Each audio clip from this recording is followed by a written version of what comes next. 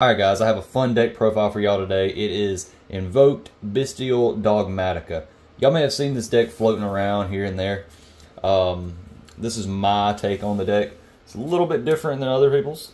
So if you've seen one, make sure to stay tuned. First off, 3 Alistair. This is your 1-card starter for your Invoked engine. Magical Meltdown, same thing. 1-card starter for your Invoked engine. And it also provides protection. They can't negate your fusion summons, and they can't activate effects on the summons of a fusion monster. Now, we have Invocation, and Invocation is just a really good card. Neither one of these are once per turn. This is a soft once per turn, and this is a once per turn. So, really cool there. Now, for our Bystial stuff, we're going to go with 2 Lubellion. It rarely came up, but it might just be due to the meta. There's just not enough lights and darks to really get this engine rolling.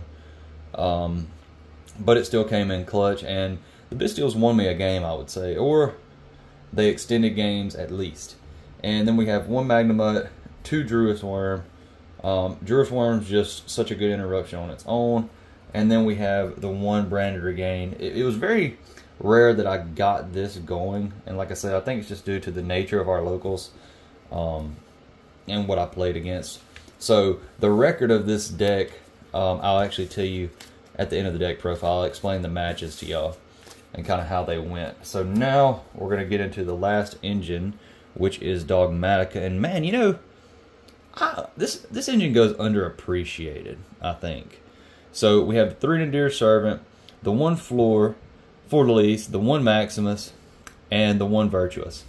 So basically, this card searches either of these, and this card just gets big, and it can negate on summon. And this one right here, basically, you send 2 from the extra deck to the graveyard. So you send Garura, Entis, pop something they got, draw a card, and then basically they have to send 2 cards from their extra deck. And then the other effect. Let's see. Okay. Yeah, that's it. I was thinking of something else. Anyways, this engine's so powerful. Like, when you get this whole, if you get all of them online, then you're talking about like 7,000 damage just with these. And you do this after you've tried to do everything else. So, it's a really, really good, powerful engine. And I thought it overperformed. So for our hand trap lineup, we're going to go with 3 Nib. Now hear me out. Nib, this format, I feel like it's best when paired with another hand trap. But at times, if they don't have the right hand, especially in the Fire Kings matchup or the Snake Eye matchup, it's so good. 3 Valor, just because it's good. You know, it sucks to play in Talents. And actually, I did play in Talents my very first game. And yeah, that kind of sucked because they found out what I was playing. So we got 3 Ember, 3 Ash, very standard stuff there. This deck has a lot of room for non-engine, which can be to your detriment because you will draw 5 non-engine cards. But luckily, sometimes that's all you need.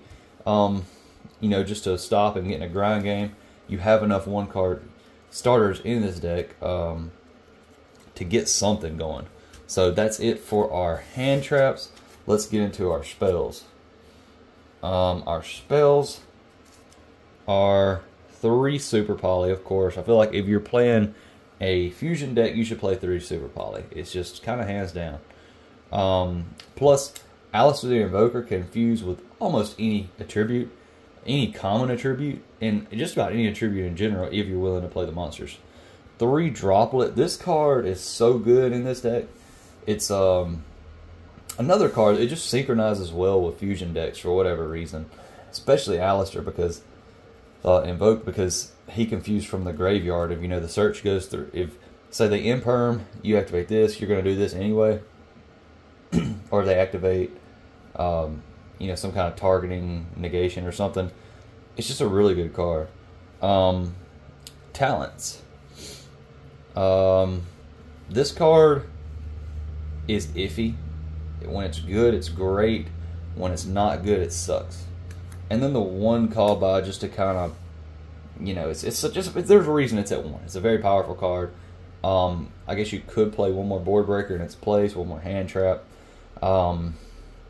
This card just never came up for me. You can't call by imperm, so yeah, that is it kind of sucks when you see that in your hand and all they have is imperm. You're just like, oh well, that's great. Now, so anyway, this deck has like room for like 21 non-engine, 20 or 21 non-engine. Okay, so I'm going to go through all these individually and explain them. So, Invoked Purgatrio. This is Alistair and any fire, so you can make this with Almirage, which spoiler alert, we're playing Almirage, or you can make it with any of theirs in their grave. So this is an easy way to get their princess out of the grave, because Alistair is a normal summon. So against the fire matchups, you can get Alistair, because you can use monster. You can banish monsters from their grave if it's an invoked monster, grave or your field. Purgatrio, Macabre. I just didn't go into this. It's a neg 1 card, and I just don't like it. Plus, you have to use a light monster. I didn't like it. I really didn't. Back to Purgatrio. So he gains 200 attack for each card your opponent controls. And he can inflict piercing battle damage if he attacks a defense position monster. Also, he can attack all monsters. He can attack all monsters your opponent controls once each. Oh my gosh, y'all get the point. It's too early. Okay. Now, Ogdiaces. So, Invoked Ogdiaces, or Ogdies, is 1 Alistair the Invoker, and 1 fusion monster. So this card's really good. It gets big. Basically, you can, I think, banish something from your graveyard, a fusion monster, and then make this gain that attack. I think you might can banish it from the field too. Yeah. Oh no, from your graveyard. Also, it's a pop on special summon, and if your opponent special summons, it's a pop. So it's kind of like a Solemn Strike, but it's not like it's not as strong as powerful as Solemn Strike though. And then our last Invoked is Caliga. So when this is on the field, and this is a dark monster, and Alistair, each player can only attempt to activate 1 monster effect per turn. Each player can only attack with 1 monster during each battle phase. It comes up, but it's just too small. It can be beat over with quite a lot of things. If it had like a little bit more defense, it would be pretty good. So that's it for our Invoked. This is basically a bonus Invoked card. I was actually missing the Secure Guard, and I feel like I needed that at times to get this off the board. But it didn't hinder me that much. It's great for making SP, and it's great to get Alistair off the board. Because you want to, I mean, he can be used in the graveyard, so there's no point in not having an extra body. So let's talk about the Dogmatika stuff. So Intus, mandatory, got a pop stuff. Double Garura to draw, pop, and you got Super Poly, so you need that. And then Titaniclad to add something in the end phase. One of your Dogmatika monsters, preferably one of the ones you can special summon. And yeah, that's it for that. And now we are going to go to the Super Poly. Some of that was for Super Poly.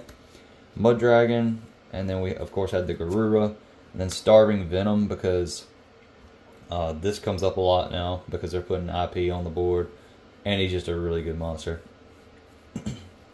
And then double Mud Dragon.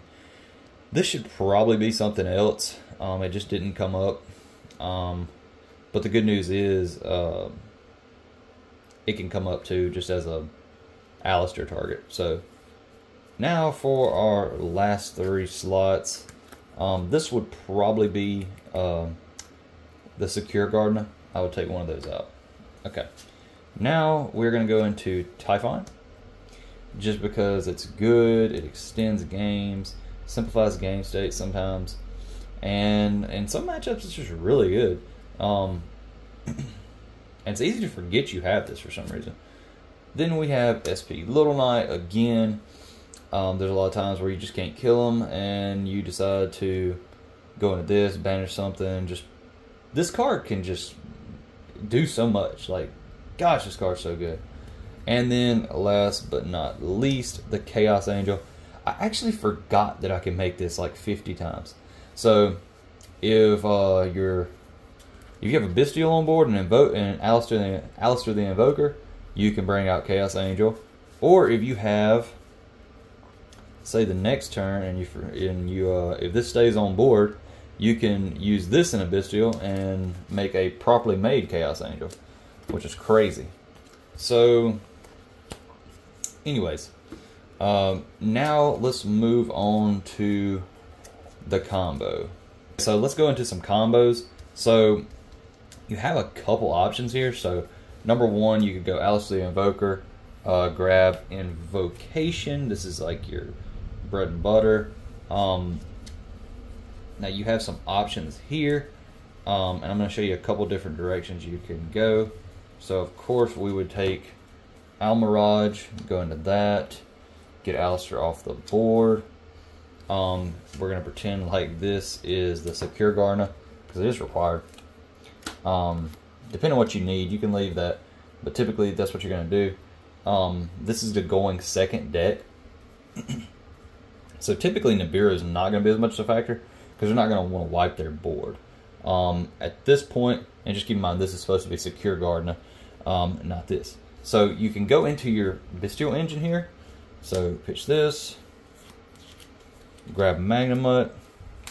If they have a light and dark in their grave, which most likely they are, so we're going to just hold this. Now we are going to Alistair and this Invocation. We're going to activate Invocation, send Alistair and the Secure Gardener to go into, where you at? Oh, there you are. Macabre. And basically this is just a negate, because you have two other cards in hand, whatever they may be. Now we're going to Invocation, put this back in the hand, put this back in the deck. Alright. At this point, if they have a dark, which most likely they are, Magnemite, effect, then you're going to put this on board. You're going to go Regained. Now, you could have done this sequenced different, but you want to put up a negate, I mean, in all honesty, just in case they do have nib or something. Then you got Regained right here. So now Regained is live. The other option would have been to do this in reverse order and just go for your Bystial stuff first, which may be a smarter play at times, depending on what their board is. You know, you don't want to just look at everything from the same lens. So at this point, you have Macabre, you have Lubellion. Now, you still have Invoker in the hand. You can make this go up to 3,500. And you may not have needed to go into this. You may have had to go into, you may needed to have gone into Purgatrio or blah, blah, blah. And like I said, you would have a branded draw, branded regain draw, and all that good stuff. So now, how you get game on board, you're going to go to Dear Servant. You're going to send one monster from your extra deck. So typically, we're going to either send Entis, or Garura. Garura would probably be the best, because you might draw into Invocation again. So draw, because we'll be able to pop again if we need to. Just depends on which direction you want to go. But once you commit to this, you're no longer able to fusion summon, so it doesn't really matter. So we're going to grab a Collegia, special Collegia. We're going to grab, if we need to do an Entis pop, we can do that and make them mess up their extra deck. but typically we're going to go for floor, special on floor, Empire, something they have basically. Now, this is your board. You have well enough for lethal. You have 25.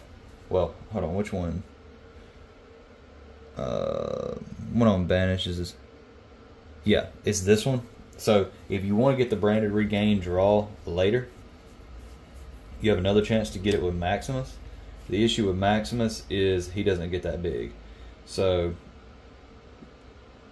but you could get this in the end phase and bring it back out on the next turn. So it's just kind of up to you how you want to sequence that.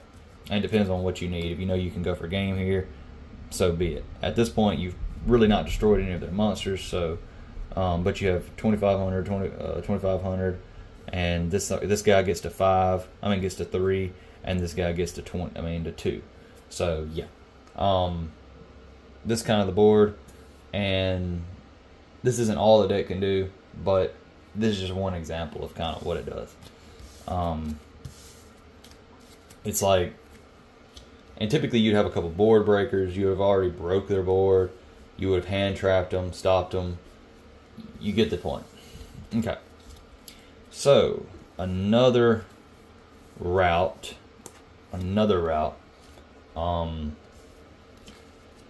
that you could have went is just not worried about that and just went straight for Purgatrio.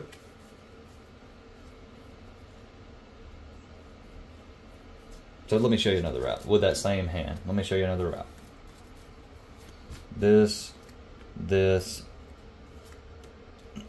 and this.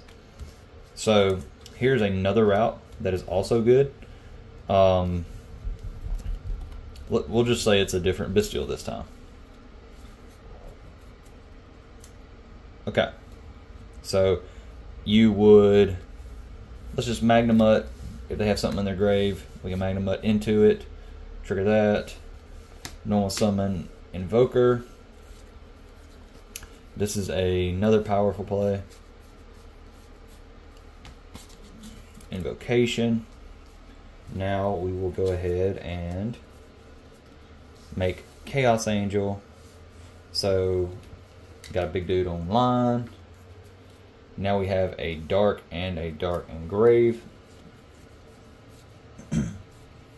Depending on which route you need to go, you can go into Kaliga here, but typically they're going to have a fire engrave. If they have a fire engrave, then you can just go into, this deck's made to kind of go against fire more than anything. So we would go into Purgatrio with Invocation. We're going to spin back the Invocation into the deck, add the Alistair back to hand. So now this card's gaining 200 for every card they control, and it can attack every monster they have and do piercing damage. So at minimum it's going to be at 2,300. At maximum it'll probably be like, 3,500 or something. Same with this, 3,500, and you got the banish. Now here's your hand. This is if this is not enough, we can go Nadir at this point. We will Intis pop. You can send the Intis pop. If you need to draw into a board breaker, you can send the Garura, or you can do that later. But now we're going to special Ecclesia. You can go for this again, or you can go for this and then get a draw and get this later on. But typically, if you're going for game, you're going to get for this. So now you got like 3K, 2K, 35, and then a card that can attack all your opponent's monsters. And I mean, typically that's going to be enough. And a lot of times this can be enough anyway, and then this shoot in for lethal because this does piercing damage. I know none of these combos look that insanely powerful, but keep in mind your hand's also typically going to have like a couple hand traps, so maybe you would have stopped them from building an impressive board. That's the whole goal of this deck. And then if they do, worst case, you have this, and you have this. I mean, you'd be sitting there with 6 cards in your hand. So you could have had everything we just had, plus, you know, the hand trap that you had before, whatever. So keep that in mind when you're looking at these combos. Typically, their board's already in a pretty simplified game state, and then you're basically just picking it off one by one. But I'm not trying to hype this deck up no more than it actually is. I mean, it's literally, it's a rogue deck. If there was, if rogue deck had a like a picture in the encyclopedia or the dictionary, this would be rogue deck right now. This is almost the same as the list that topped the regional recently, back in Utah, like a couple months ago. But that was a little different format because it was in between formats, and it was almost just like the Wild West of formats. So, you know, don't take that too seriously, because they just played that deck at the perfect time, and apparently that guy's played Invoked for like years. So you take somebody that really knew the deck inside and out, and it was just the perfect time to play Invoked in between formats. So anyways, it's still a deck that can be sneaky good at locals and do some things. So let me talk about my matchups. So the first matchup was Branded, unfortunately. Also a very good player. Yeah, so that's one issue. Branded, terrible matchup. Branded is basically what Invoked was, but everything it was and more.